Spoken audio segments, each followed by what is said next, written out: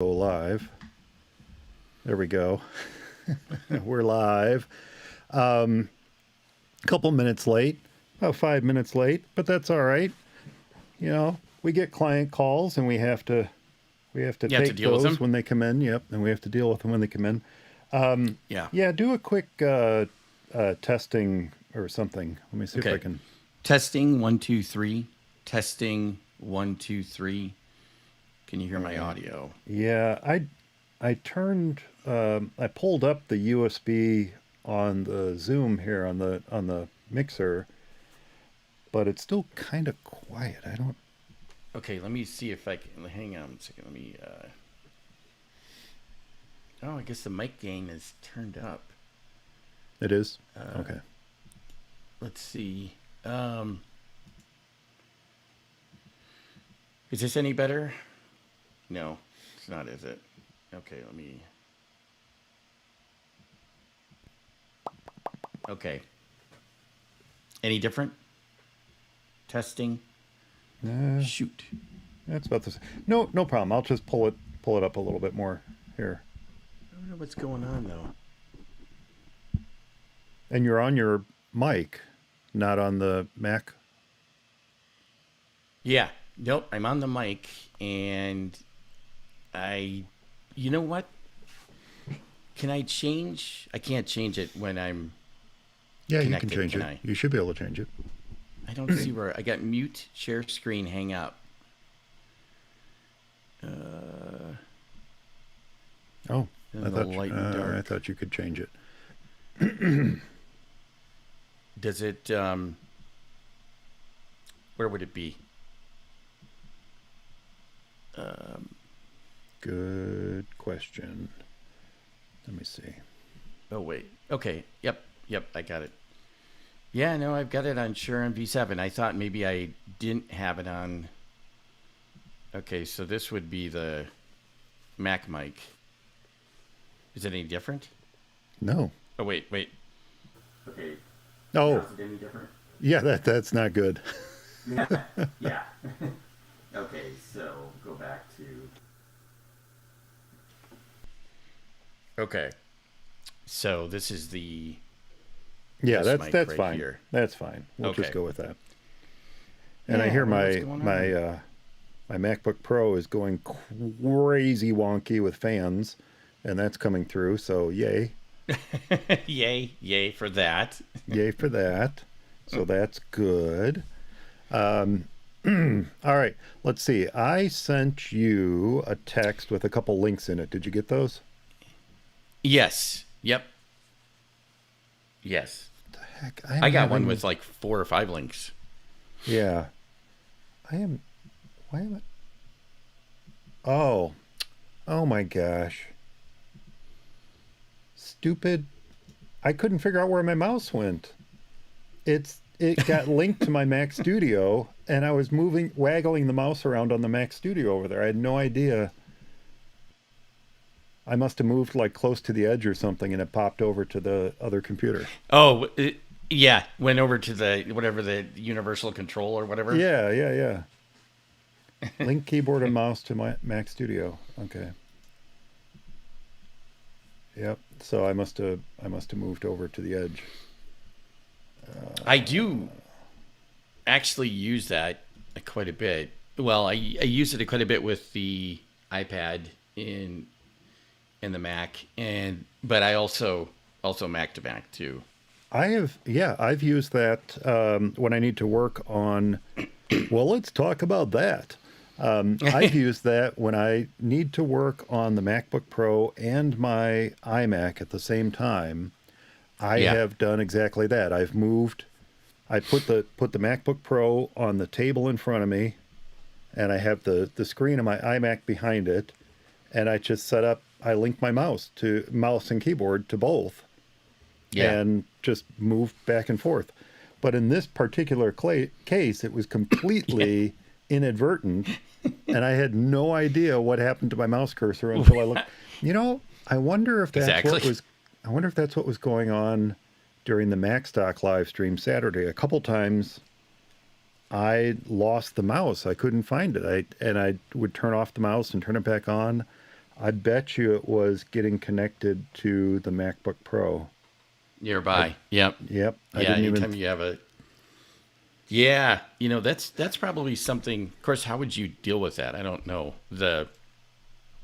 I was going to say, though, before Universal, whatever, control, I used to use something called Teleport, and it was around for a long time. And I discovered it actually off of Tech TV. Remember when that was on? It was yeah. Leo Laporte and Kevin Rose actually had taken, and this is how old it was. It was a Power Mac G5.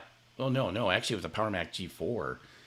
And he had stuck a window, not Windows, but a PC card into it. So one of those PCI cards that had an Intel processor and whatnot. Yeah. And so he could run both Windows and the Mac. And he did something where he had it picture in picture. I'm not sure how he did that on the display. But then he could hop back and forth between Windows and the Mac. You could click in the little picture and bring up the Mac, and you could control both of them. And I remember, then of course he gave all of the stuff that he used, and one of those was Teleport, and I was like, wow, I've got to get that. And so then I used it for quite a while, and I used it to go between Windows and Mac, and because when I worked from home, I had a PC for work, and of course my Mac, and I used it that way. But then I also used it Mac to Mac, and I'd always pull it out when I'd get a new Mac to kind of move things back and forth from the old Mac to the new Mac and stuff like that. But then I think it was starting to it seemed like it was the software that was kind of made by a college grad student, and it's sort of a proof of concept for like his doctoral thesis or something like that. And it just seemed like it was kind of aging and, wasn't really supported. So I was glad to see that Apple added it. So, what do they, stupid settings in Ventura, what do they call this feature? It's, I think it's universal control. Universal something. Control. That's right. I think. Universal I don't know Control. for sure. I was trying to find where to turn it off. Oh, here we go. In displays, they think. It's under display. Intuitively, okay, this is my problem. I was looking under mouse. I was looking under keyboard. I was looking. Right. Why on earth is it under displays? Yes. That makes no sense. Well, no, that would be probably the M part of the KVM. I don't know. You know what? What they should do is what they've done with some of the other ones, put it under multiple settings or setting panes or preference panes, whatever they call them now. Put it under mouse, put it under trackpad, put it under display if you want. So Yep, I agree. People can find it. Yeah. It should not be that difficult. No, all I can say is thank goodness for the search thing in the setting, because as long as you know what it's called. Yeah. Oh, yeah, I know. That's the other. Yeah. As long as you know what it's called. Yeah. So let's see. There's two options. Allow your pointer and keyboard to move between any nearby Mac or iPad. And then there's the option push through the edge of a display to connect a nearby Mac or iPad. But they're two separate controls. I know. And yet they seem like the same thing. They seem exactly like the same thing. So they've got two separate controls there, but they took away the control in the sleep your computer, sleep your display. Right. Now you can only sleep your display, and then the computer will, I don't know. So, yeah, not sure what that's about either. It's all about saving energy, Eric. Yeah. Well, that I get. Yeah, I don't know. I kind of liked being able to decide when my computer could sleep, though, too. Yeah, me too. You have the option to stop it from sleeping, which I guess is good. I think they've oversimplified it. I don't think the sleep computer option was as redundant as they maybe thought. Yeah, and again, intuitively, the option to prevent automatic sleeping on power adapter when the display is off is not under battery or power. I know. It's under display. Apparently, all the main controls are under display now. Under display, yes. Yeah. That's exactly how it should be, apparently. I know. I just saw that actually, and it's really annoying. I don't. They obviously have some. Did you, by any chance, get an opportunity to watch or see any part of the MacStock live stream Saturday? I did not. Okay. We've had way too much going on. But everything you need to know to do your job at MacStock it's in that live stream. Is in that live stream. Every single thing you need to know. Every single thing. All right, I will. No, what we covered. So people are tuned in here live. Nobody's actually watching. It is available, right? Yeah. Yep. It's on the MacStock YouTube channel, youtube.com/MacStock. So what we covered, or what I wanted to cover, is basically testing all the hardware that I purchased for MacStock. Not only the hardware, which includes the new wireless mic system, it includes making sure that that's linked, that works properly with the mixer I have. Right. That the that's so insane to me, 3 Elgato cam links work with 3 feeds coming into it. And then also that it goes out to the primary display and then to a secondary display, which will ultimately be the projector. So it worked well. It worked well. That's great. And then I was showing a bit of Ecamm Live too, and how I had it set up for MacStock. I spent the Friday night and a little bit Saturday morning kind of creating, like we have here, this green and black. Well, here, the rest of it's over here. You're right. It's by you. So okay, so you have to put your left hand up. There you go. See? In the camera shot. There you go. Yeah. So the green and black that's to your side and to my side. Yeah, whatever. Yeah. All that. Right there. That's all set up. That's a scene. That's a scene created in Ecamm. And so, for example, for Mac Eyes Only, I have multiple scenes. I have a countdown timer. I've got me only. I've got the 2 of us. I've got you only. And I can switch. You should just leave it on you only.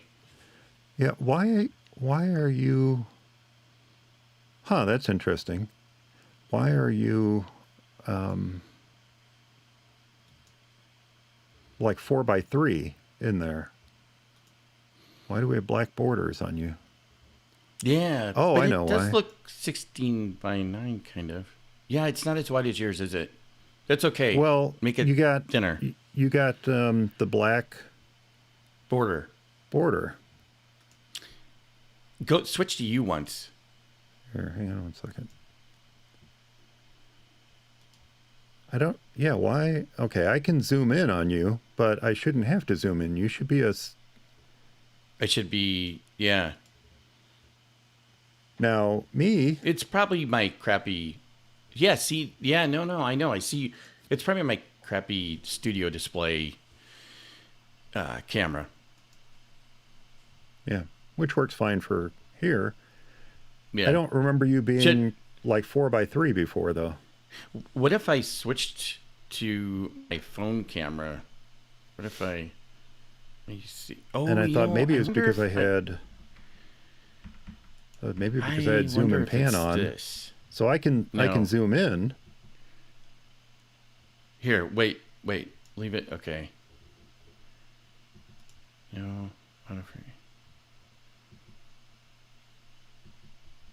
Okay.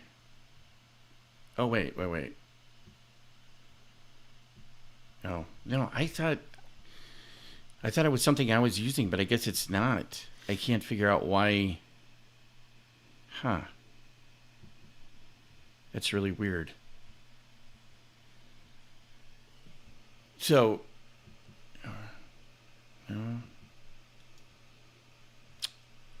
I could.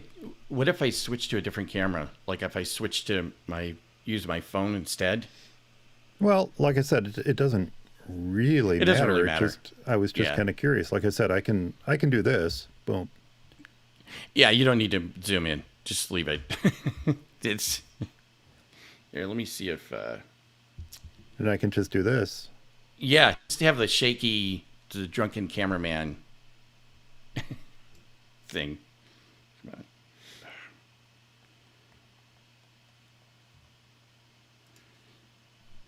All right.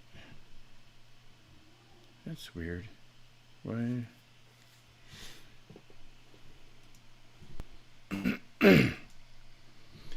Usually my little phone dings all the time that I can use it as a camera. And do you think it's doing that now? No. That's really weird. Well, oh yeah. I mean, I could. Yeah, if it's using Here we go. Yeah. the front camera. Oh, ooh. There we go. Yeah, hang on a second. Let me just see. All right. So if But now that said, see, that's it. Now you're 16:9. So it's Yeah. something to do with the camera on your display. studio display, and I hate that. So hang on. Give me 1 second. So is there a studio display camera setting? No, and I think it probably has something to do with their stupid what you call it. I want to say, where it can just keep we're you just in the making frame. we're making everybody drunk here. Everybody's sick. Yeah. Oh my gosh! Wow. Blork. If my wife was watching this, she'd be stop that. Okay, hang on. There, I'll just there. I'll switch to me. Yeah, switch to you. That'll help everybody. Okay, I think we should be all right now. Boop. Okay. How's that? Yeah. Yeah. So Good? yep. Good. Let me do this.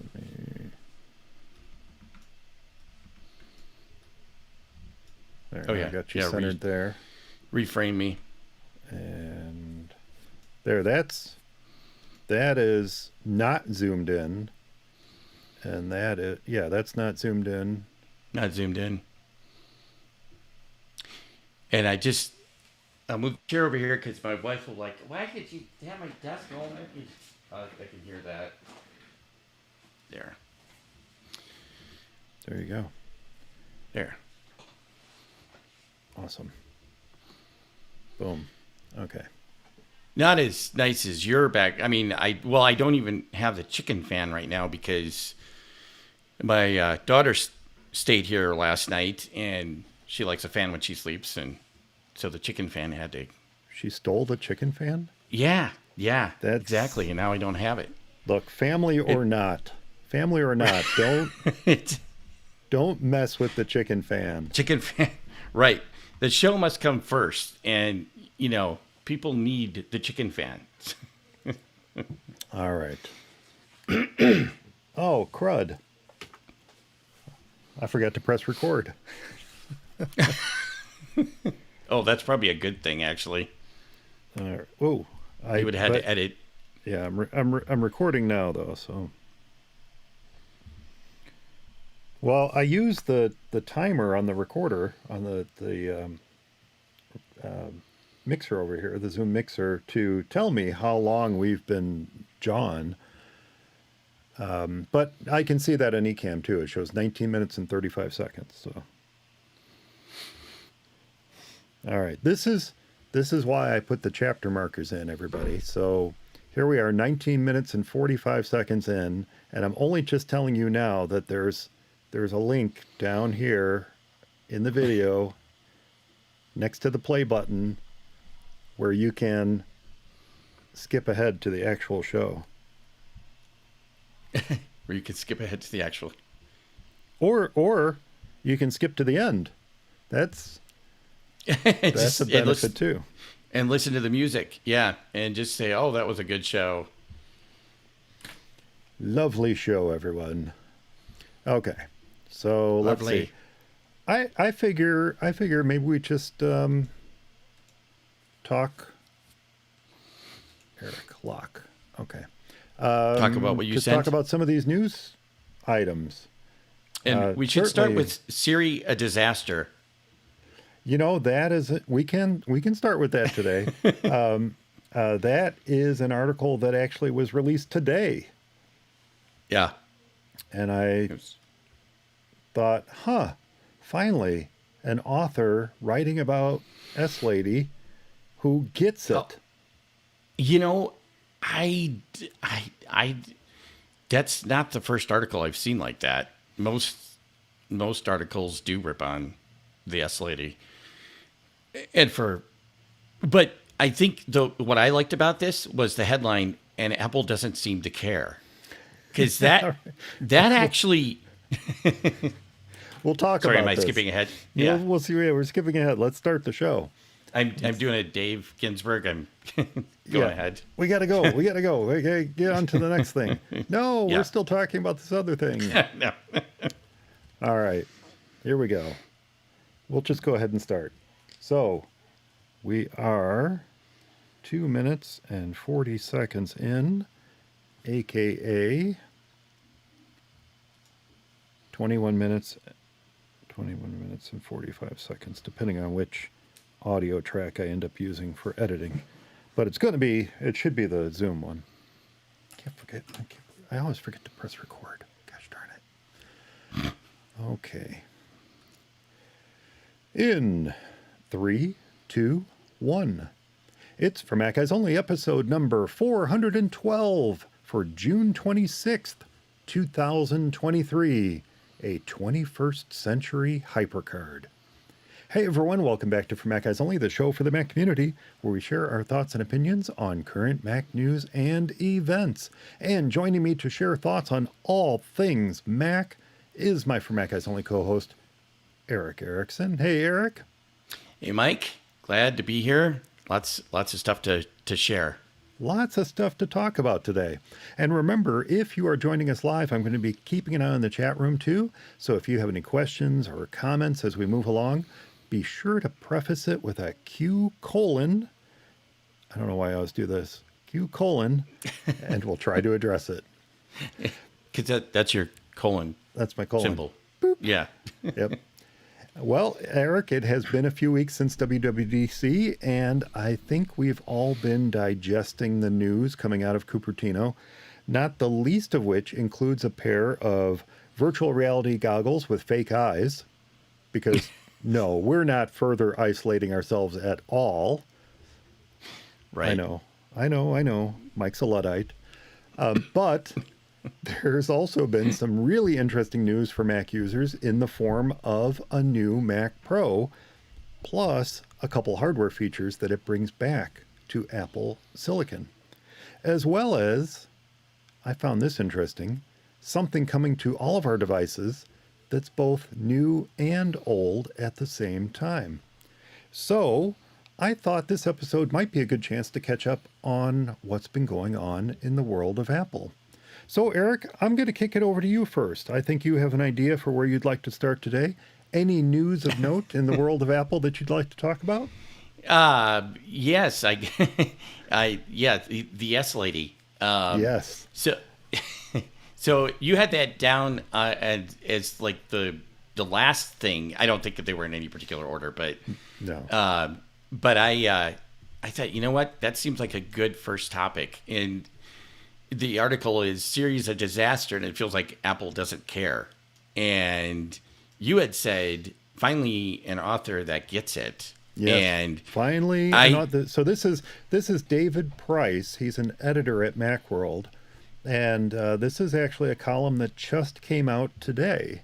And you're right. I said, finally, someone who's writing an article about Siri, who's not apologizing for its failings, but actually gets the failings that I have with it too. Yeah.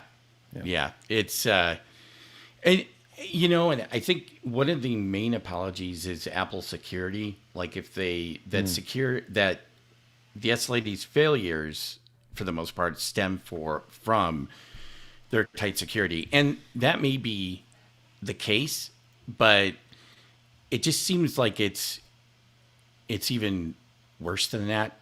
I don't know how to say that. I mean, as somebody who's used both OK Google and the A lady, it and this isn't to say that Siri's all bad. I've had some good, I have had some good things with it too, and I've had things that have worked remarkably well. But then there's other things that just Fall down are flat. head scratching. Yeah. Yeah. You can't figure out why. And I think probably one of my biggest pet peeves is when you ask her a question and it says, or ask it a question and it says, here's what I found. I found this on the web. Yep. It's just, that drives me crazy. tell me the answer. Yeah. Just, I don't know. It seems like it shouldn't be that hard. And just even local, hey, is this Ace Hardware open? Where's the nearest Ace or whatever? And how long is it open? It never fails. I can ask the A lady, and it'll just say blah blah blah blah blah blah, open till 9 or open till 7 p.m. whatever, and that's it. And I asked the S lady, and it's, Well, it's those something 7 different. words. As you said, it's those 7 words that just drive me crazy every time I hear them. Here's what I found on the web. No. No. Tell me the answer. Not the least. How do I say this? The primary reason that this is an issue is because of where and how people access this assistant. Very often, the times that it comes up with "here's what I found on the web" are times that I'm in a moving vehicle and I should not Right. be handling a phone. I should not be tapping links. I should be, as you said, getting the answer that I'm looking for. Where is the nearest Ace Hardware? Don't tell me where you found it on the web. Tell me where it is. Yeah. And this is actually kind of a failing, not quite as bad, but kind of a failing with Echo as well, that it tends to not give you a definitive answer every time. It does better, not give you a Right. definitive answer, but give you kind of this vague, okay, well, here's what I found. Do you want to learn more kind of a thing? And the best responses I've received are from the Google Assistant. Those are always the answers that have been the most useful to me. So Right. what ends up happening? Echo and S Lady, which I'm going to say because everything else around me is going to start wanting to know what my question is as soon as I say the name. But what ends up happening is they just become mechanisms for setting timers or for doing Right. stupid simple things that I can just as easily do with a tap of a finger or the click of a mouse, Right. and I don't need it. I can't Setting think alarms. of Yeah. setting not even that. The thing is, the reliability of lift to speak is horrible. I Yeah. would say maybe 60% of the time I lift my watch to ask a question or to set a timer or to set an alarm, it doesn't respond. And then the times it does respond are the times where it's not really all that important. It's always the times when it's most important that it doesn't respond to me. I just want to know the machine learning and the AI it took to do that. Just to not work when you need it the most and come up when you don't need it at all. You know what? The raise to speak for the watch used to work almost 100% of the time for me, both when I wanted it and didn't want it to. But somehow it's been reduced. It's like you said, 60, 70% of the time for me, it works. And I don't know what happened, but it's now kind of become, and I don't know if they're trying to fix the unintentional ones, and now they've ruined the intentional. I'm not sure exactly what's going on, but yeah. Well, the article makes a point of, and you highlighted this before we started recording. You like the part of the headline where it says, "And it feels like Apple doesn't care." Yeah. And I don't want to say that Apple doesn't care, but it does feel like there hasn't been the attention given to this that it deserves. No. I mean, This is the ultimate virtual assistant. When you watch a movie or you watch a television show, unless it's a paid endorsement, more often than not, it's Apple's solution that they're referring to in the TV and movie and what have you. Right. It's ubiquitous in that regard, and that it can be so ubiquitous and be so unhelpful at the same time is unbelievable for a company like Apple that puts so much time and attention to detail into their products, that this one just kind of falls short. And the worst thing about it too is that it was the first, one of the first, if not the first. I mean, they, obviously Siri was an app that already existed. Apple bought the company, implemented it into their, what was it, iPhone 4 or 4S? I think it was around there. Yeah, really early, and I mean, so they had the opportunity. I mean, they've had more than enough opportunity to make this thing work, let alone make it the best out there. And so I think that's where the part of the headline that's it, it feels like Apple doesn't care. I think that's where,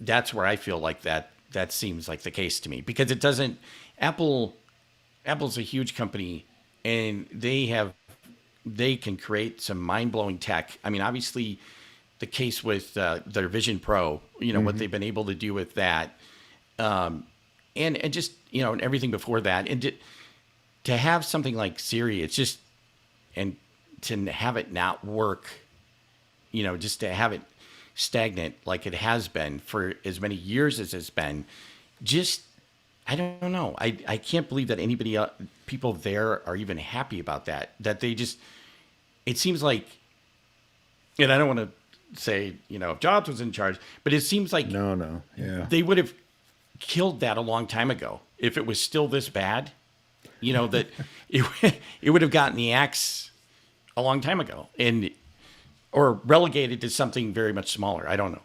Yeah. It just, yeah. And yet the headline features at WWDC, the headline features are the dropping of a word to invoke it.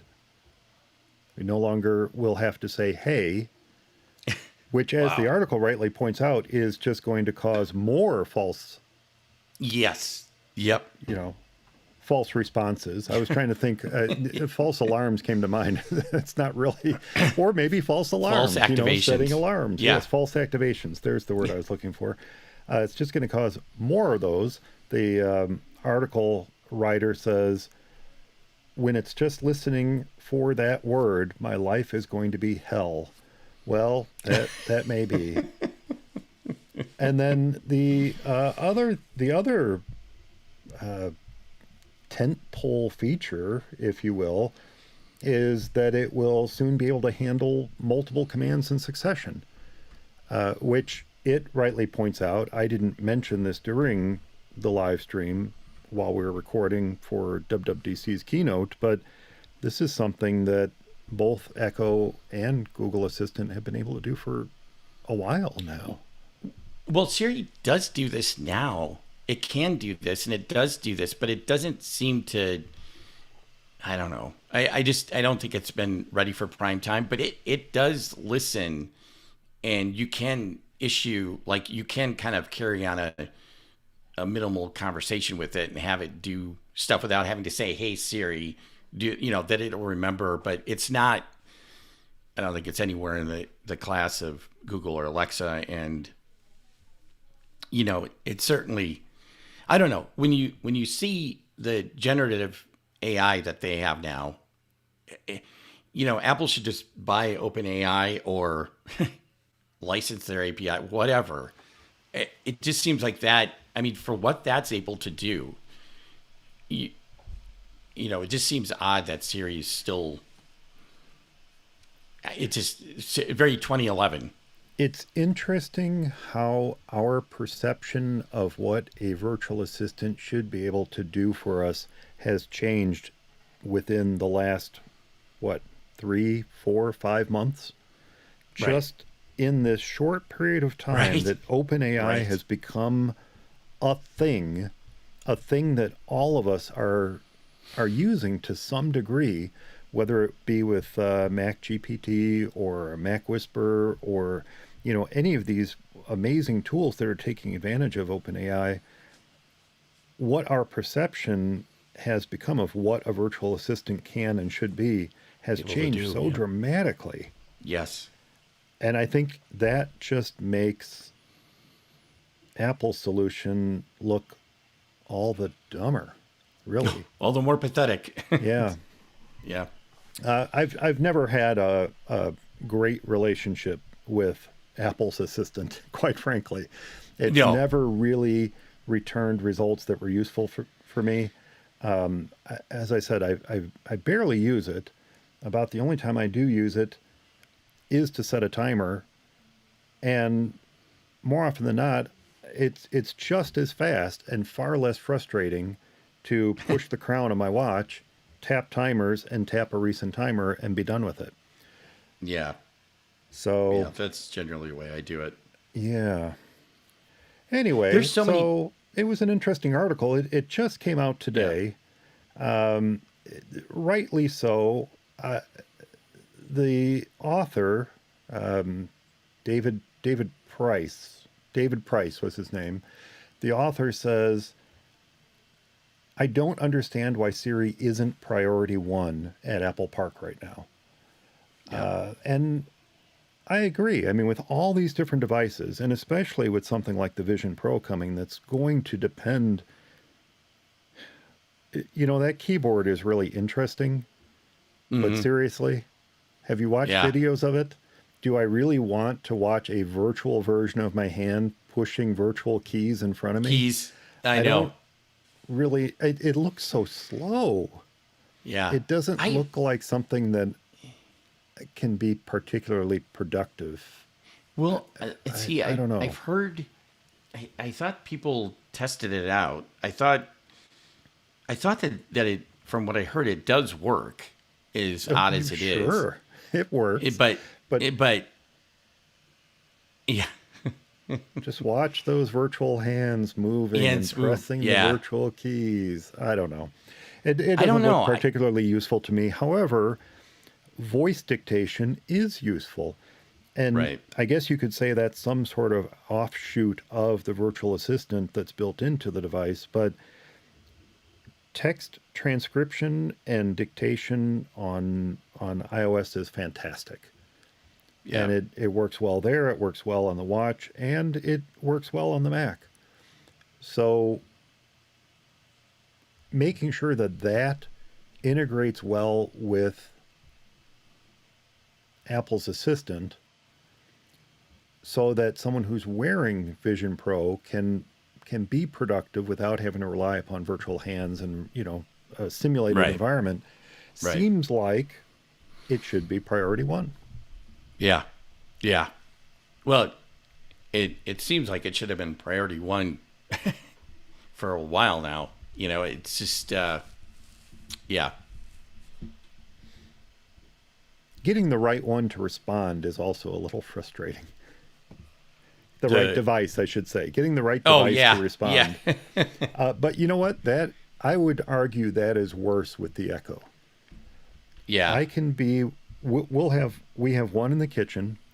We have one in the family room, and that's probably a good 20 feet distance between the two. Probably more. Probably closer to 25, 30 feet between the two devices. I'll be standing a foot from the one in the kitchen and ask it to set a timer, and the one 30 feet away responds. We'll set a timer. And the reason Yeah. that's a problem for me is that we have an Echo-enabled clock in the kitchen, which is, unsurprisingly, a Mickey clock. It has Mickey hands. It's Bluetooth, Right. and it's Echo-enabled, so that once you link it to an Echo and you set a timer, little lights show up around the clock to count down that timer, which is very, very useful in the kitchen. You can just glance up and see how much time is left. Boom, you're ready to go. I like that a lot. But when the one in the family room responds and sets the timer, the clock doesn't, because the clock is linked to the one in the kitchen, the clock doesn't show the little lights. Right. So now you have to stop the timer on the one in the living room and then get really close to the one in the kitchen and say, I'm just talking to you. Yeah. and set Right. and set the timer that way. And by now, 30, 45 seconds have gone, so Right. they all have problems. Look, they all Yeah. have problems, but it seems like the one with the most egregious problems is Apple. Still Siri. Um, Yeah. And look, Microsoft just gave up. Yeah. Cortana is dead now. So Oh, I didn't realize that. Is it? yeah, they're saying goodbye, Cortana. So Wow. But they'll probably come up with something else because they're working hard on AI stuff. yeah, so. they're integrating AI into Edge, and I'm sure they're going to integrate it into Windows 12 and possibly even Windows 11. So, that is the direction that they're going with it. Google is also going that direction. And we just have to wait and see what Apple does, I guess. Yeah. Yeah. Well, it was an Yeah. interesting article. It just came out today. It was posted this morning. It's what they call the Apple Breakfast. So I guess, you're supposed to read it with breakfast. With breakfast, yeah. But, editor at Macworld, Siri's a disaster and it feels like Apple doesn't care. We'll put a link to that in the show notes. Now, on to something that Apple is doing really, really well. I did not get an opportunity to talk about this at all since it got announced during the keynote, but Apple's new tool for running Windows games on a Mac is amazing. Yeah. And the reason I find it amazing is not the reason that most people are talking about. There are two reasons I think that this is super important. And what I'm talking about is the Game Porting Toolkit. That's what they call it, right? Game Porting Toolkit. Yeah. Yeah. And what this is oh, go ahead. Yeah, go ahead. Well, it's supposed to handle DirectX, right? DirectX 11, which I think is something that's a pretty big deal because that's, I don't want to say the secret sauce, but I mean, it's a big reason why, Windows enjoys such huge success with gaming. Yeah. Well, not only that, Eric, but it will do DirectX 12. Oh, really? So wow. It will allow game developers to port their games over to the Mac much more easily, because the first thought I had when I heard about this is that sounds exactly like wine. Yeah. And if you know what wine is, wine is like a translation layer. It's not an emulator. It's a translation layer that translates Windows calls to local commands effectively. Right. It simulates the Windows environment, but it doesn't emulate the Windows environment. So it's really fast. And this is something that's been in the works on the Linux operating system for quite some time. In fact, the article I'm going to link to from The Verge mentions this, but it's similar to Proton. Proton is a development environment for Linux that allows Windows games to run much more easily on the Linux desktop. So that's why you see a lot more Linux games on Steam than you do Mac games, because these are games that have been much more easily translated to run on the Linux desktop by way of their development environment called Proton.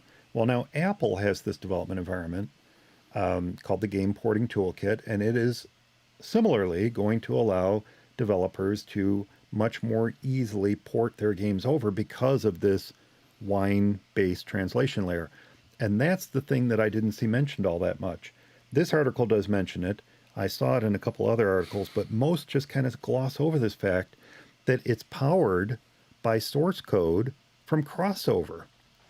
And Crossover is the commercial version of Wine. Wine. Yeah. And I don't know if you have a license to it. I do have a license to Crossover. I think I do. I haven't used it in quite some time, but yeah.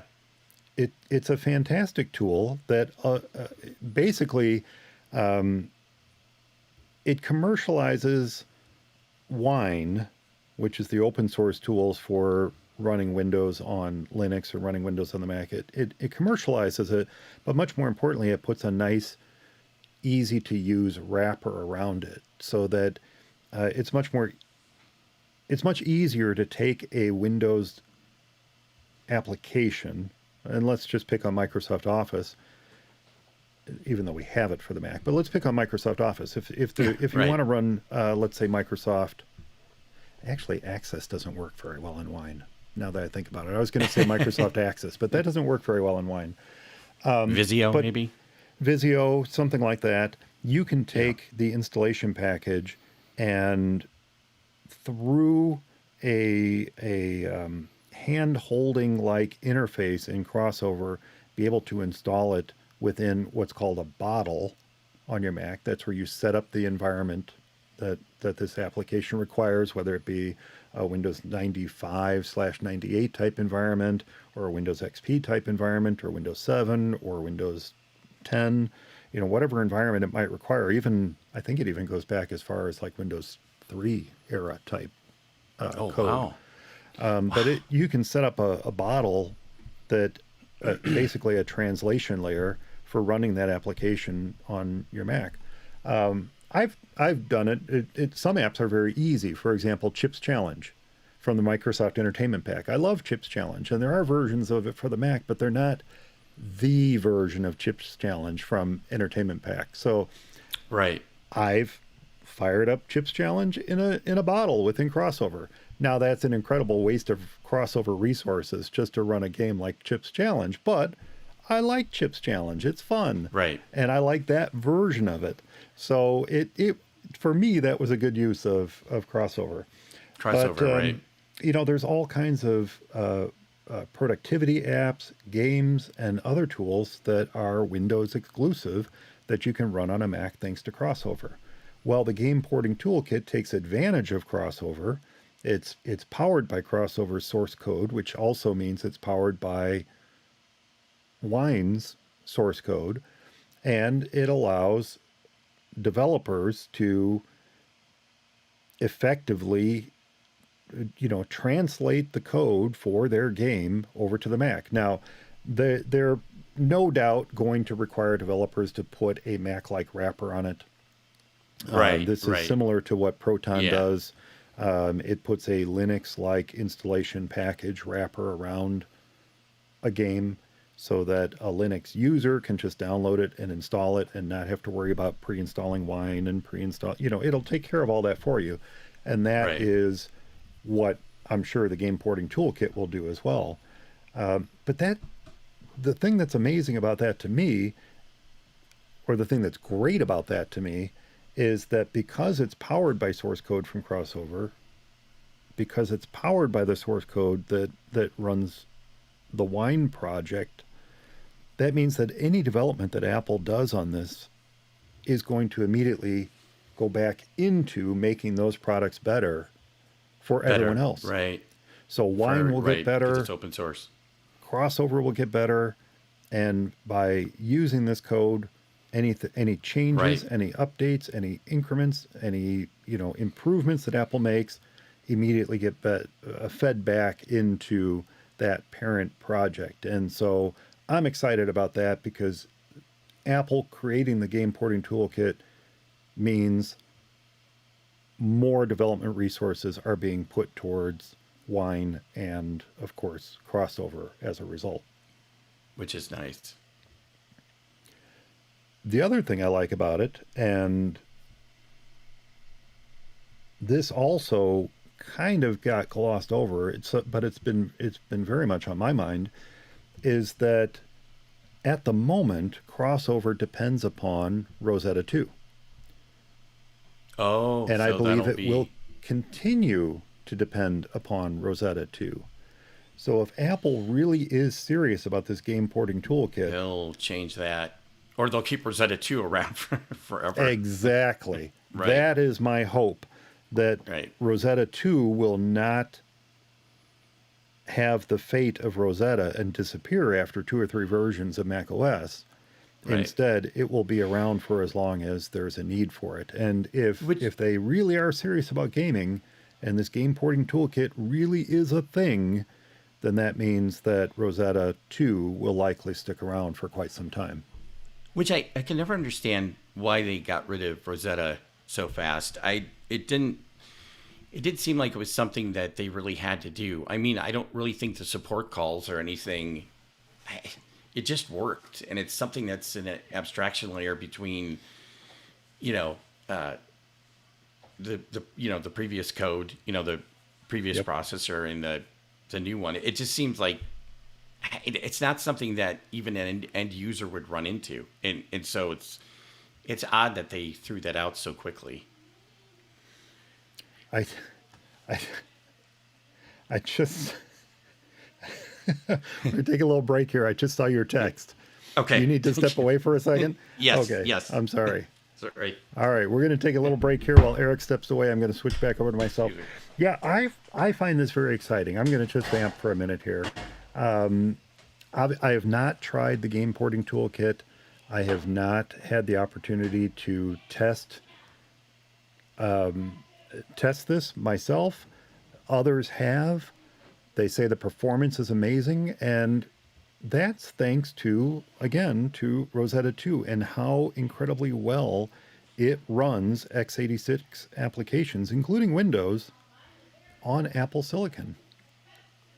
And as long as it's around, I think this is going to be a fantastic tool for game developers to take advantage of and greatly increase that library of games that we're going to have available to us on the Mac. So I think that's just amazing. So yeah, we're taking a brief break here. Eric had to run off for just a moment.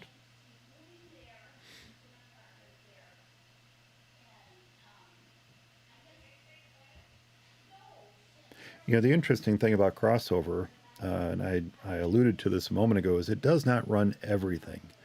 It is not a magic elixir. It is, even though it is a translation layer for Windows API calls, it can't do everything.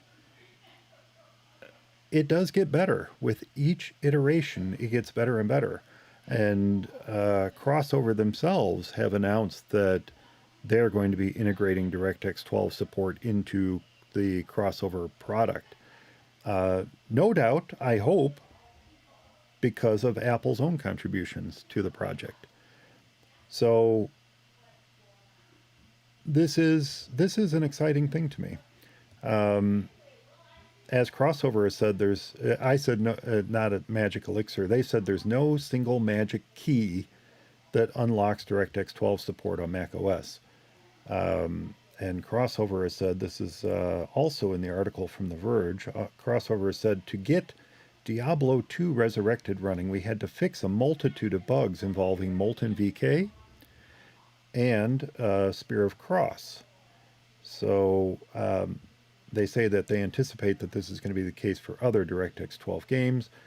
They just need to add support on a per-title basis. So if you have not used Crossover, be sure to visit CodeWeaver's site. If it's something that interests you, if it's something, if you have a need to run a particular Windows application on a Mac, whether it be an Intel Mac or whether it be an Apple Silicon Mac, be sure to visit their website and search their database for the app that you want to run. There's a very good chance that it's supported.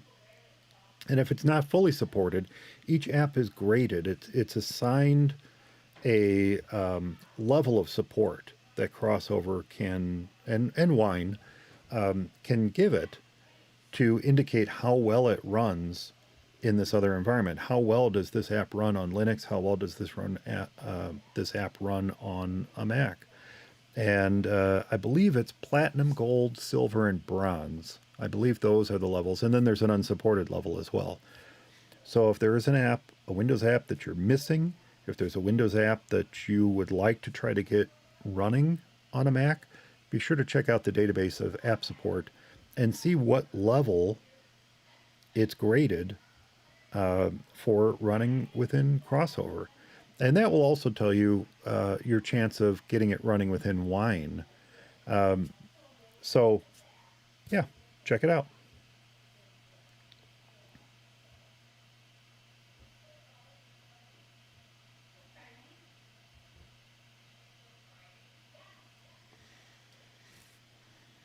I'm just continuing our brief break here. Eric ran off.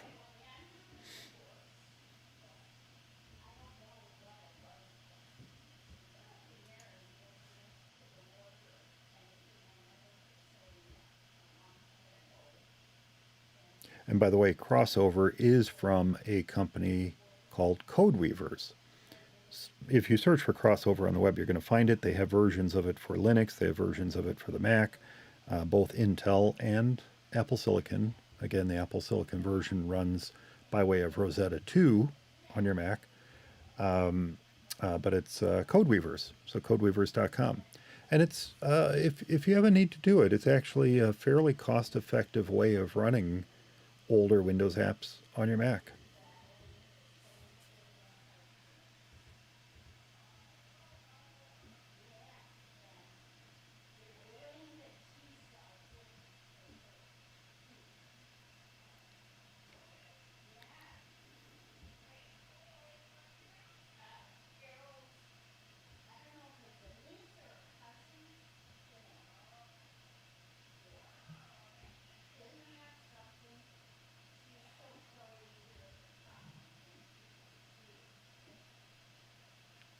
There is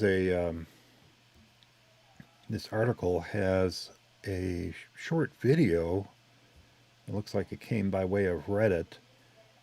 Someone goes by the handle Mac Gaming, demonstrating Cyberpunk 2077 running on an M1 MacBook. Probably a MacBook Air, quite frankly. But yeah, and we know how well that x86 emulation is with Rosetta 2, and to see a game like Cyberpunk 2077 running so smoothly on an M1 MacBook is just bonkers. You talking about Crossover? Yeah, or the Game Porting Toolkit specifically. Yeah, right. What was it? 2077 Cyberpunk, that game. Yeah, that was amazing, actually. Or Cyberpunk 2077. That's actually pretty incredible. I really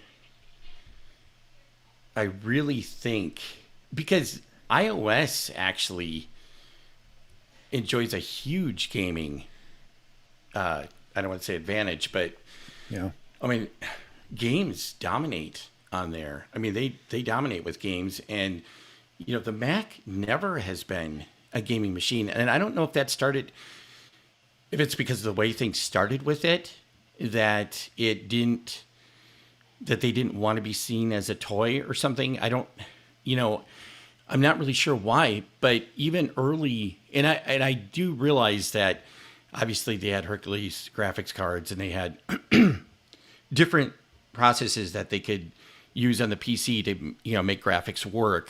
In fact, actually, it reminds me of an early game that I had called Balance of Power, and it was essentially it was a really kind of heady thinking game, but it was U.S. versus the USSR, and sort of a geopolitical type thing. It was like a Cold War game, and you lost if everything ended in a nuclear war, but you basically try.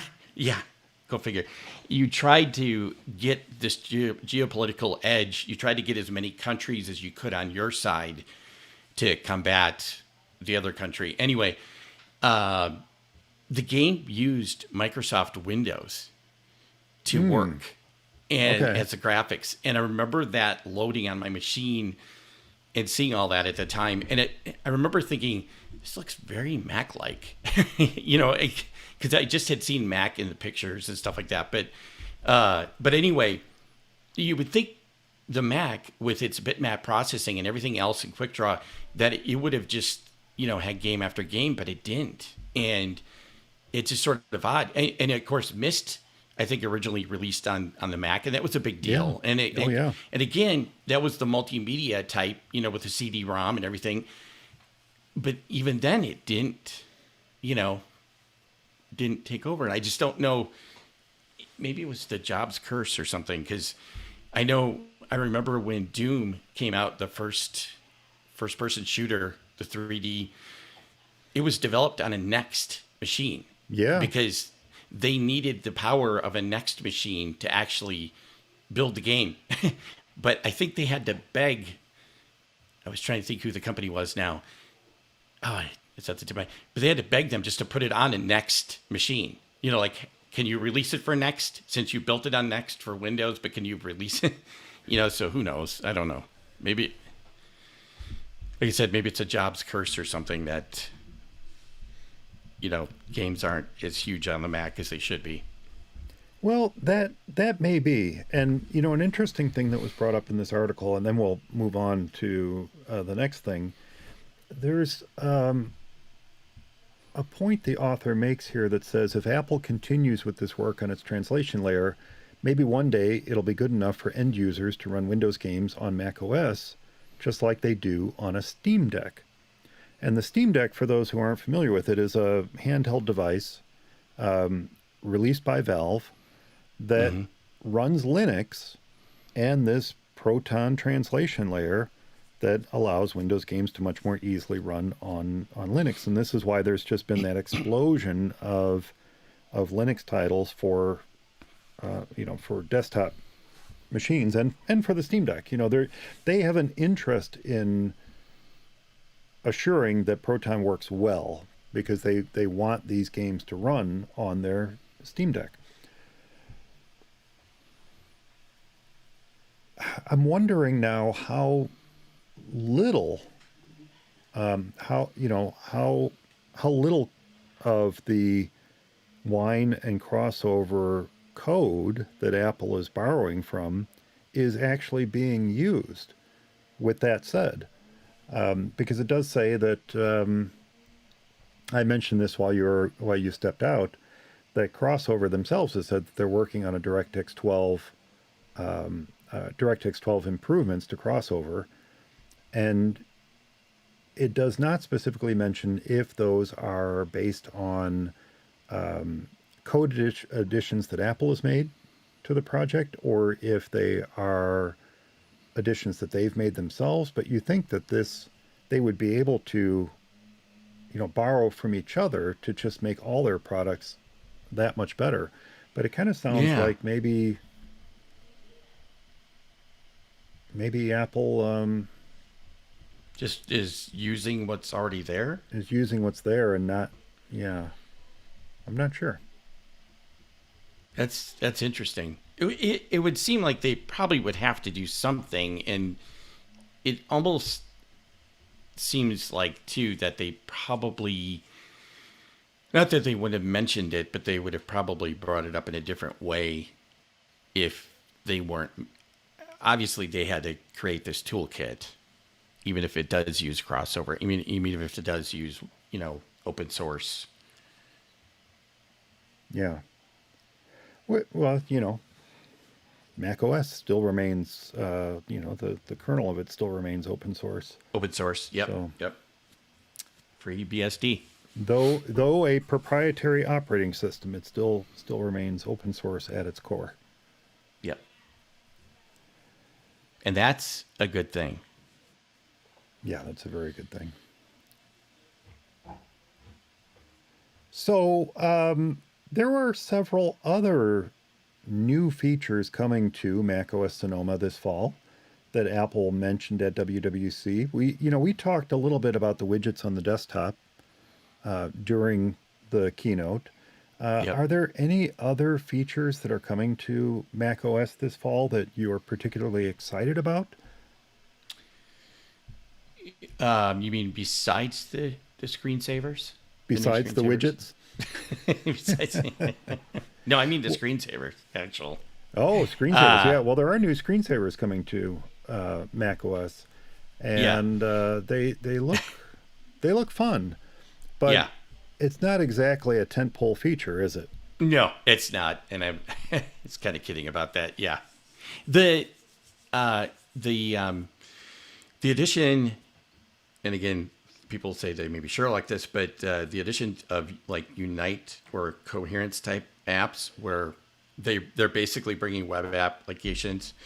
So you can. They used to have this sort of thing in Dashboard where you could carve out a web page, part of a web page, Sure. and then create it as a dashboard widget, and so that it would always be there when you brought up dashboard, and that worked until it logged you out. It worked really well, but anyway, there's something now that I use. It's an app called Unite, and you can do the same sort of thing. You essentially type in a URL, and then it essentially builds an app out of it. For example, I've got a weather station. It's a Tempest weather station, and I can connect to it through the web and see the weather and everything.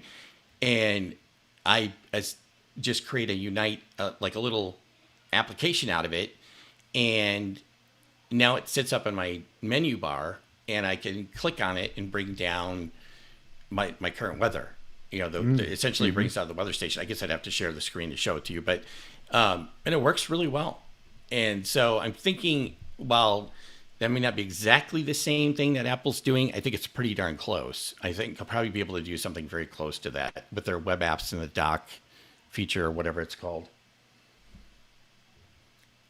Well, I was going through this list of new features coming to Sonoma, and I think you're right. Screensavers are fun. It's always great to get new screensavers. It's always great to get new desktop wallpaper and things like that. But it's not exactly a reason to run out and upgrade.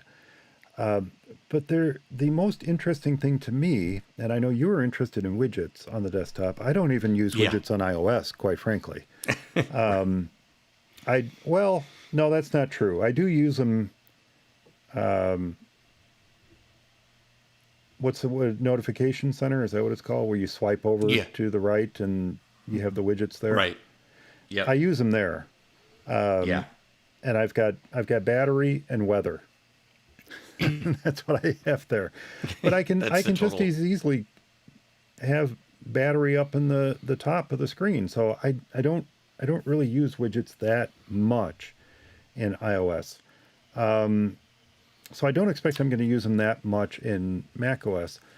But the two things that seem like they would really be exciting to a large number of people with the option to upgrade would be game mode. And this kind of ties into what we talked about just a moment ago with the Game Porting Toolkit. But this is specifically for games of all types, games developed specifically for macOS. I presume Yeah. it would also apply to games that were developed for iOS that you can run on macOS by On the way of Mac. Apple Silicon, and then probably games that have been ported over as well. But game mode does something interesting in that it reduces your Bluetooth latency for controllers and headphones while you're in game mode. Which is- Bluetooth and headphones has never been a great pairing. Right. So it's interesting that they're introducing this into this game mode to reduce lag Right. in your headphones or in your controller, as you're playing games, but not make that a feature available to people, say, listening to music or to video conferencing or things like that. Yeah. You think that they would Yeah. be able to reduce the Bluetooth latency for those modes as well. Right.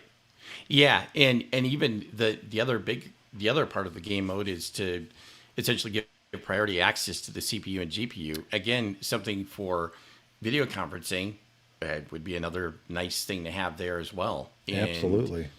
yeah, but in any situation, reducing the latency would be terrific. And Bluetooth latency. I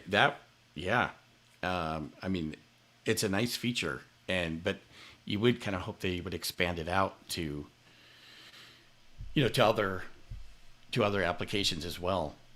I don't know. Maybe they're video conferencing. Maybe they do it. I mean, because they do make they are making it available. They are enhancing FaceTime with the Mac. So, because they said that users have access to several new controls for sharing and video framing, and FaceTime is already, with the last update a year ago, they've already made FaceTime available to other people that don't have FaceTime through the web. So, maybe they'll do something there as well to make it better. And if not, it would be interesting to see how many people switch to game mode for doing things like that. Right. Right. If it reduces that lag, if it gives priority access to CPU and GPU, do the games have to be specifically written in a way to tell the Mac that it wants to use those additional resources, or will those resources just be given based on the type of application it is? That's what I'm kind of curious about. Or is it a toggle someplace that a person could turn on and off? And when you turn on game mode, does it just automatically give anything that's running this priority access? Right. The one thing I wanted to say with the widgets before you were talking about, you don't use them on the phone very much. I do, and of course I have my phone as the camera now, but I do have a widget on the left-hand corner, and I have a bunch of different widgets there, Fantastical, and the battery is another one that shows the battery of my phone and AirPods and all that stuff. And the cool thing about that is sometimes when I dock my AirPods in there, one of them won't seat right. So it doesn't get charged. And all of a sudden, I'll look at my phone and the battery widget will be showing, and it'll show that headphone that, the right or left AirPod that isn't charging, and I'll put it in there, and then it'll go back to the normal showing Fantastic. So it's weird how it it can be informational. I mean, it does. Sure. Because it's something I wouldn't have known about. It seems to, now this is a little side note here, but it seems to me that the only time I can get the iPhone to show the battery levels for the AirPods is either when when I'm wearing them, or when they're in the case and the case is open. Yeah. And that's generally the case. It's usually when you're using them, or when you open the case and you kind of put it by the phone. But this also does it and I guess technically one of the AirPods is not in the case. And so, and maybe that's what makes it come up. But that's kind of useful, actually. Yeah. Well, the other feature I thought was kind of cool coming to Sonoma is actually related to video conferencing, which we were just talking about a moment ago. And I just thought this was kind of interesting in that it's going to have this machine learning powered tool, this AI tool, I suppose you could say, called Presenter Overlay, that is effectively the same type of technology that we now have in photos, where you can lift a subject out of a photo. And while that's a still image, this is going to be able to do it with your video. So that's insane. You can essentially extract yourself and float your image over the content that you're presenting. I think that's pretty cool. That's pretty cool. Yeah. Which now you would have to do with green screen or, something like that. And you can do it. Right. If I had a green screen behind me, I could knock out that background and float myself over what people are seeing right now. Right. But this is all done on the fly without any any preparation needed. It's just Yeah. right there. And that seems like an Apple Silicon only thing too, doesn't it? It almost I seems would like, imagine it probably is. Yeah, you're going to need some beefy power to do that on the fly yeah, like that. And I'm thinking that it's probably Apple Silicon only. yeah. It totally would be cool. Other things I don't find particularly exciting myself, things like profiles in Safari. That's great. I'm glad that's finally making its way to Safari, but it's not new to browsers. That's something that Apple is kind of playing catch up on, and Right. finally bringing something like that to Safari. But being able to set up a separate profile for, personal sites you visit, business sites you visit, that's very handy, and I'm glad to see that that's coming to it. Predictive text, You, I kind of feel like I'm going to be turning that off. I use it. I'm one Camera of the three reactions, people. cool. Shared passwords, Yeah. web apps and dock. Web apps and dock could be useful for, you know, we've all, I don't know if you use Mailplane, but many of us mourn the don't. loss of Mailplane. Mailplane was an amazing app, and changes were made behind the scenes at Google that have just made it very difficult for them to continue developing the app. It still works. If you purchased it, it still works. It still works well, but the developer has been careful to say, it could stop working any day because of these changes at Google. Right. And that's a shame. But being able to make a web app out of Gmail and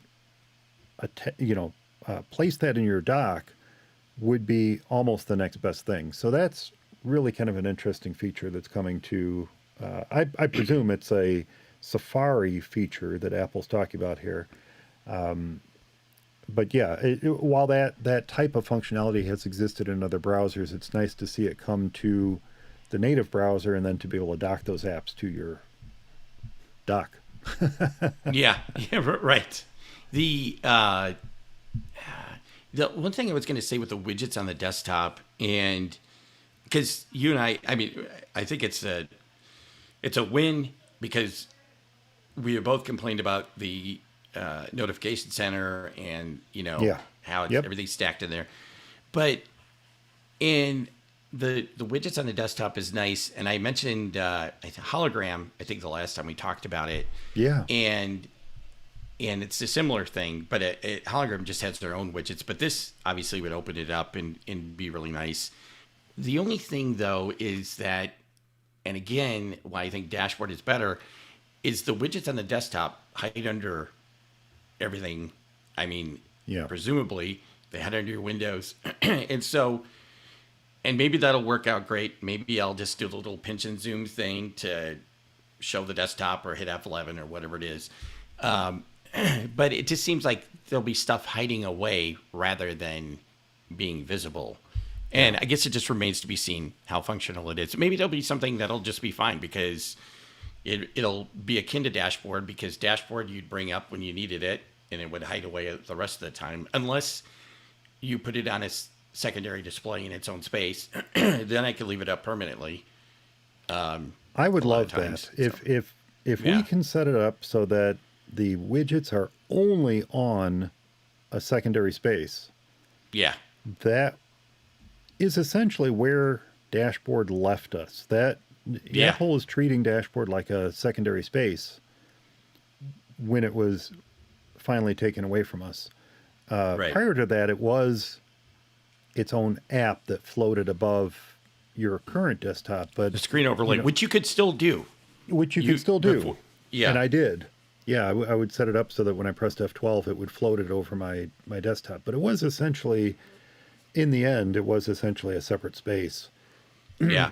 And if we can do that same thing with widgets on the desktop and not have them pervasive across all the desktops, across all the spaces, if we can set them up in just one space, Right. that would be a step closer. Now, I don't know if we can then set up a keystroke to instantly switch to that space. I imagine we could. Yeah, you could. Yeah. And then that would help. That would help. I would Yeah. use them then. I think I would use them. Yeah. Yeah. Or at least be able to throw them on a second monitor if you wanted to, and yeah. Yeah. I'd be willing to take anything at this point. That would be great too, to just have Yeah. them on a secondary display. That would be fantastic. Yeah. Well, Apple giveth and Apple taketh away. My photo stream is shutting Yeah. down July 26th, 2023. Anybody who has an iCloud account has probably received this email, has probably received Yeah. these links. But I wanted to mention it. I don't want to talk too much about it. Yeah. At this time, I can imagine even I switched to iCloud Photos. I went kicking and screaming to iCloud Photos, but even I went to iCloud Photos. I have 2 photo libraries on my Mac. One photo library is just for images that come from my camera, my DSLR. And the other photo library is my primary photo library that syncs to my phone and to all my other Macs. I'm really only concerned about the DSLR/camera library on my main Mac here at home. And then all the other Macs, I let, my iCloud photo library sync to. And that works fine. But it took me a long time to switch over to that. The thing is, I never really used PhotoStream because it wasn't reliable. I would turn it on, but the images they never synced to where I wanted them to be. Yeah. I haven't used PhotoStream. When I saw that, it was one of those things where you, like an old celebrity, and they passed away, and I thought he was already dead. I didn't know that the person, it's one of those things where, that was the same response I had with when they said PhotoStream will be shutting down. I thought, it's not already shut down? I kind of thought it was gone already. Yeah. And I used it when it first came out, and I did like it. The problem was, the problem with PhotoStream I had right away was, and this is what I hate too with photo, is that it becomes a dumping ground for all your photos that screenshots. It doesn't matter. So some screenshot, something I took a picture of to send a text to my wife, is this the right thing at the store? I wish it had some way to auto delete those things, and then it would show up in the photo stream and then be on my Apple TV screensaver. I'd have this can of beans flying, and it's just like, and so I don't know if I turned it off or what I did, but I just, I stopped using it and I forgot about it. And I kind of wonder if that's what a lot of people did. And so Apple said, you know what, we're going to shut this off. Well, to be fair, iCloud Photos does that too. All your screenshots and your pictures, is this the right thing? Yeah, they all sync over too. And then they immediately sync to Dropbox. Stuff. They immediately sync to Dropbox. They immediately sync to Google Photos. And so, and if you have it, Amazon Photos. So this picture you took at the big box store to ask if that's the right, the right type of toilet paper to buy is now suddenly synced to all of your cloud accounts throughout the world. Yes. Yes. That's exactly, no, and now that you mention that, I just like, oh, shoot.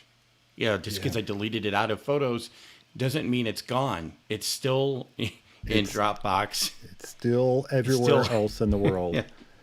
And I do. I let my photos back up to Google Photos, and I let them back up to Dropbox, both kind of as a fail-safe. And again, that's only the pictures I take with my phone camera.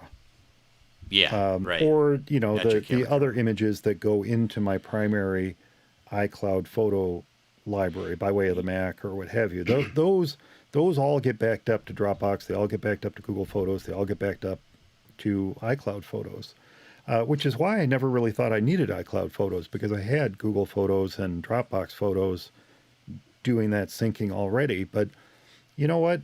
For, what is it, $3 a month, $2.99 a month that I'm paying to get the storage I need to hold those images, It's Yeah. not a big deal, and I like No. having that extra backup. As far as the additional photos, my camera photos, my DSLR photos, I back those up multiple other ways. Yeah. So And I do something very similar. My camera photos go into Lightroom. I just settled on that. It wasn't something that it's not like, well, I just love Lightroom over everything else. It just it does the things I want it to do. One of the big things is it does multiple versions, and I mean I know, you know, Photomator looks good too, and it also creates sidecar files and stuff like that. But so yeah, that's essentially what I do. I do the same thing. DSL, my camera photos go into Lightroom. Everything else goes into Photos, and you know, and it works well. And you know, I'm able to share things easily with iCloud. You know, the sharing albums feature, and all sorts of stuff. So now here's the question with PhotoStream, and I don't know if anybody else has this question, but I kind of have this question because I did turn it on. I did allow my photos to sync to PhotoStream, though it was never reliable, though they never ended up where I wanted them to be. Now that I've turned on iCloud photos on all of my devices, is there a possibility that there are pictures out there somewhere in this PhotoStream library, somewhere in either iCloud.com or on one of my devices that have not been synced to my other devices? Or by virtue of turning on iCloud Photos, have those pictures then been otherwise synced to all my other devices? that's a good question. I don't know. Because as I get these reminders from Apple, I've received at least 2 so far. Yeah. At first I thought, oh, well, I'm not using that anymore. I'm using iCloud Photos. And then I got the next one and I thought, is there a chance that there are pictures out there somewhere in a PhotoStream? Now, if I open up Photos, I don't have a My PhotoStream album. I don't see one in there. No. So my thinking is that if they were synced to PhotoStream and I turned iCloud Photos on all my devices, then they should, whatever device sent those, would probably my phone, whatever device sent those images into PhotoStream should have then backed up those images to iCloud Photos. Yeah, I would think so. But yeah, that's a good question. And that seems to match with what Apple is saying. So if you are interested in saving the photos currently in My PhotoStream, if they're not already in your library, you can save them to your device. So on your Mac, you would go into your Photos app.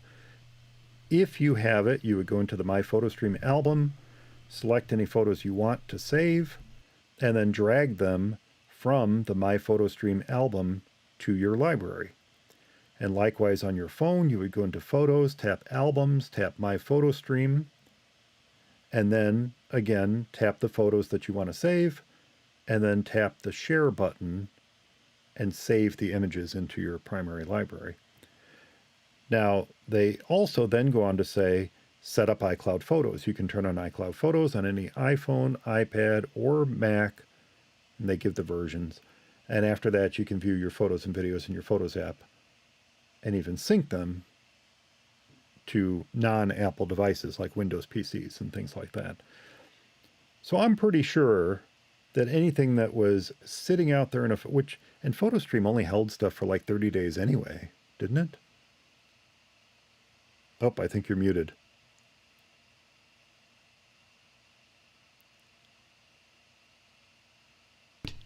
I don't know There, how that happened. now you are. Yeah. There you are. Yeah, I was going to say it only had it out there for a month. Yeah. So, And yeah. then after that month, or as more photos were sent out to PhotoStream, it would get replaced. they would get replaced. So the original device, as long as your original device that held these photos has had iCloud Photos turned on, I think we just answered our own question. As long as the Yeah. original device has had iCloud Photos turned on, those photos should have been synced to your iCloud photo library, Right. even if you Right. never did save them. Right. Even if you never did save them. Yep. Okay. Awesome. Well, I have one more story. This is the story that links to the title of this week's episode. I don't know if you caught that. Did you catch it? I called the episode A 21st Yeah. Century HyperCard. Yes. Yep. And the reason I called it that is because yeah. one of the new features coming to Apple Notes, and this article, this is on 9 to 5 Mac, specifically mentions iOS 17, but I imagine this feature is going to come to Sonoma's Notes as well. It gives you a way to link one note to another note. Cool. Yeah. Welcome to the World Wide Web. I know. Exactly. This was the original World Wide Web that Tim Berners-Lee created. He created Yep. as a way to link notes together, effectively notes or documents, informational articles to allow to hyperlink one Yep. to another. And now And he based it off HyperCard. based it off of HyperCard. Yeah. And now HyperCard is, look, I'm being a little facetious here. HyperCard was much more functional than that. Yeah, right. HyperCard even allowed you to build entire applications. Like you could create Yes. an interface Yep. for this database of information you gathered together. You could create a little interface for it and make it look like a Rolodex, or make it look like, address book or whatever. And HyperCard was awesome. yeah, it was an amazing piece of technology. You had to buy it. It didn't come free with the Mac, I don't believe. I think Right. it was like a probably $50 purchase or something like that. Yeah. And it was an amazing tool that allowed you to effectively build apps ad hoc. Yep. It's just take information that you gathered together and link one bit of information to another. And then, as I said, on top of that, to build a nice, pretty little interface for that information. So it was a neat environment. You would have these different cards that you would build with buttons and information, just like you would on, just like a scene in Xcode or a screen. You would, you'd have one card after another, and you click on a button and take you to a different card. And so it did look like, at the end of it, it looked like you had like a little app. Yeah. Yeah. And it was a great deal. And it kind of makes you wonder, if the Mac wasn't around, would we have the web? Would we have gotten HyperCard? And I'm sure we would have, but it's weird when you think about it. It's funny when you think about certain inventions, and would we have had them if this particular person didn't come up with or have the little spark of the idea to create it. Right. And I think a lot of times what we have with inventions are, or when we think of inventors, no matter who that inventor might be, when we think about them and we associate them with a particular invention, the truth is there's someone else out there somewhere in the world who has the same idea and is working on the same thing. The light bulb is a great example of that. Right. Thomas Edison didn't invent the light bulb. He invented a light bulb, but there were Right. other inventors working on light bulbs as well. Right. And it just so happens that his became the one that He created the first one that worked. the first one that worked. Well, there are others that work too. Yeah. But Like the Wright brothers and the plane. And the plane, They weren't car. the first ones to fly. In fact, actually, the idea of flying at that time, it didn't count if you got up in the air, because a lot of people were doing that. A lot of people were getting off the ground and into the air. What counted as flying was getting off into the air, controlling it, and then landing. They were the first ones to come back and land safely and live. So that's why they got surviving. Yeah. Yeah, you're right.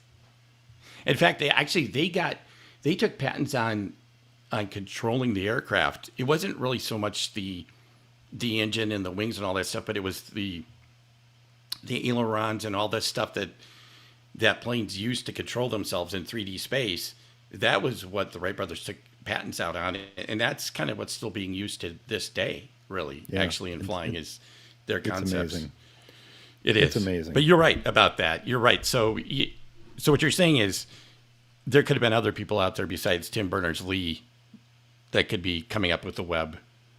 Working on not necessarily calling it the World Wide Web, but working on a mechanism by which you can link electronic documents together in such a way that it becomes useful. Well, you look at Doug Engelbert, the guy that created the mouse. He, in 1968, I think it's called the mother of all demos, demoed the online system, and which he demoed the mouse that he had created. And part of that was clicking links that linked to other information on the screen. It was really incredible. And he apparently had this epiphany back in the 40s as a radar operator. It really, really insane. So in a way, you could say that he could be directly responsible for that because he had already did it. He already showed it being done. Absolutely. Yeah. And there are just so many. So yeah, we kind of went off track there. Sorry. That's a good question, though. Would the internet as we know it exist if it were not for HyperCard? Yeah. Probably not. It would be different. It would be similar, but it would be different, I think, than I think you're right. What we ended up with. Yeah. We certainly, The notes thing with the hyperlink, the one thing that article goes into is that it's apparently it's not very straightforward to add links to other notes. Which the person hopes that they'll get that straightened around before the actual release. But it is, I think, important to note too, other applications, other notes applications like Evernote and Bear and even Ulysses, have all had a way to link stuff up together, notes with other notes. So, but it's great that this is coming to the Notes application. The Notes application really has come into its own the last few updates. Or Apple Notes. I think it has too. I found myself using it more and more. I don't know. I expect I will use this linking feature. I can envision using it. I don't know how much, but I can see using this. I use it in other apps, so I'm sure I would use it here too. Yeah, I like what we did for this episode. As I came across a news article that I liked, I would simply tap share, and I would add it to an existing note. So what I ended up with is, episode 412, and then a bunch of embedded links at the bottom of that note. For each time I shared a link to the note, it would just add it to the end. And that ability to take text or URL or anything really and share it to a note, to an existing note. By default, it goes to a new note, but to share it to an existing note is incredibly handy. And I'm not sure that that's something that Evernote allows you to do. And Evernote allows you to save pages and it allows you to save links. But I don't know if you can add it to the bottom of an existing note. Maybe you can. I don't. No, you know what? It's not readily available. You could do it in Bear. You can do it in Evernote through its, through shortcuts and through its, what's the URI scheme? Evernote supports like URI when you link to other, it's a way to communicate between apps on the iPhone. But anyway, you can append stuff to an existing note in Evernote through shortcuts. At least you you have been able to. I have been able to do that, and I have done that. But I don't think it's available through any of their sharing. I don't think it's just available like if you select something or click something and then click the Evernote share. I don't think you can do it through that. It's not available. Well, part of the reason I named the episode I did is because I thought this might be a discussion point, but the 21st century HyperCard is obviously a joke, but it also occurred to me that this could be a first step toward recreating something like that. Imagine, HyperCard ceased to exist. Well, it didn't cease to exist, but it was not ever really made available for OS X. It was a macOS 7, 8, 9 product, and before that, obviously. But even though it was available for purchase after OS X came out, it was never really something that you ran on OS X. So we're a good 22 years into OS X / macOS. It seems like it's time for a powerful, data-driven type environment to make its way back to the Mac again. Not that there aren't third-party products that do this sort of thing, but imagine how amazingly powerful it would be to take something as simple as the Notes app, add a linking feature, and then add the ability to build your own little interface on that, database that you're creating. Right. I think that would be great to see Apple do something like that. It would be. It really would be nice. And to make it really accessible and user-friendly. And to build, like you said, it would be great if we had a HyperCard type interface that we could use to build, like you said, a data-driven application and something that people could build for themselves to do whatever, or even not only others. build for themselves, but imagine being able to create something simple. There are other products out there to do the complex, but imagine being able to take something simple, throw it together. Let's say you're doing a family reunion and you've got notes about the reunion all gathered in one place, but you want a nice interface on it to make it easy to understand for people you're sharing it with. And then to be able to export that as its own little standalone app, if you will, that you can share with people. They can run on their iPhones or Macs or iPads and have access to the information that you gathered together. Yep. I'm not saying create a full-fledged database application. Again, there's much better products for that. But to have something simple and powerful in the hands of every single user for disseminating information seems like that would be a useful way to go with this feature. Oh my gosh, totally. Yeah. Yeah, for sure. Well, I have. Did you have any other news you wanted to cover this week, Eric? No, I don't think so. Okay. I have one more thing I would like to cover this week. It's a bit of listener feedback. Now, this listener's name is Mike P. And this question comes from Mike P. the WWDC keynote. There was a discussion we had during the keynote, and Mike didn't realize that this was currently possible. He asks, I saw the new contact sharing feature in iOS 17, and that's cool, but I would like to more granularly share contact details with others. Now, someone told me that feature is in iOS now. How do I use it? Honestly, I had no idea that feature was in iOS.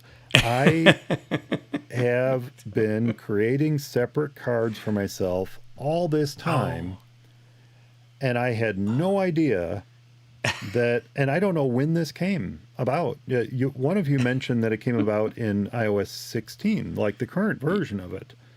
Yeah, and I don't know. I couldn't remember either. I don't know when it happened, but I played with it, and yes, you can now share your contact card. And when you share your contact card, there's a little button that says Manage Shared Info. And this is exactly what I wanted. What I told you guys I wanted is already in iOS. Yep. Now, the inconvenient thing about this, and this is just how the contacts or the contacts app is built in iOS. The annoying thing about this is that you have to scroll all the way to the bottom of your contact card before you can share the contact. Yeah. But I don't know why they can't put a little share button right at the top. That would be right. I don't know either. Super handy. But when yeah. you tap Share Contact, there is a button that says Manage Shared Info, and you can then uncheck the items that you don't want to share. So in my case, the reason I always created separate contact cards is because I have business contact info, I have personal contact info, I have podcast contact info, I have MacStock contact info, and any one person I share my info with does not need all that other info. All of that. Yep. I especially don't need a business contact getting my home phone, for example. Right. Right. So by being able to manage shared info, I can uncheck, everything's checked by default. I can go through and I can uncheck the things I don't want this particular person to have, tap done, and then go ahead and share it. I can share it via AirDrop, I can share it through messages, I can share it through email, however I want to. But that feature does now exist in iOS 16. If it was in iOS 15, I don't know. Now, I will say that I do not believe, and I meant to test this before we started recording, but I do not believe that that exists in macOS. That is a good question that I do not know. I haven't, and I was going to say, actually, I know you've created multiple contacts with it. I don't know that that's necessarily a bad idea either. Even with that, even if it did exist in macOS, because, I mean, really, yes. I mean, you think about it, your business contact card, your business entity, whether it's Escape Tech or MacStock, it's really different than your personal. I mean, I think that's probably not a bad idea to do that anyway, even if you don't technically have to. And I verified just now as we were talking, and I meant to do this before we recorded, but I verified just now that sharing a contact card in macOS does not give you the option to edit the information that's being shared.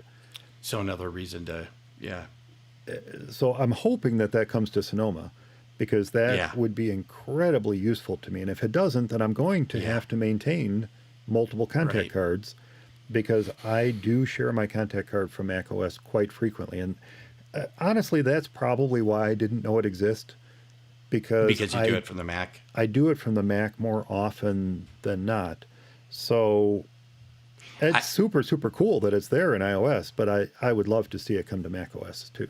Yeah, and they should bring it to Mac OS sooner than later too. I will say, I don't think it's been around really long on iOS, because it's something I've known about for a while, but it hasn't been that long. I mean, it was, probably within the last year, that's cool. Yeah, all right, and that I saw that pop up, but it's not something that I don't think it's been there for, version after version.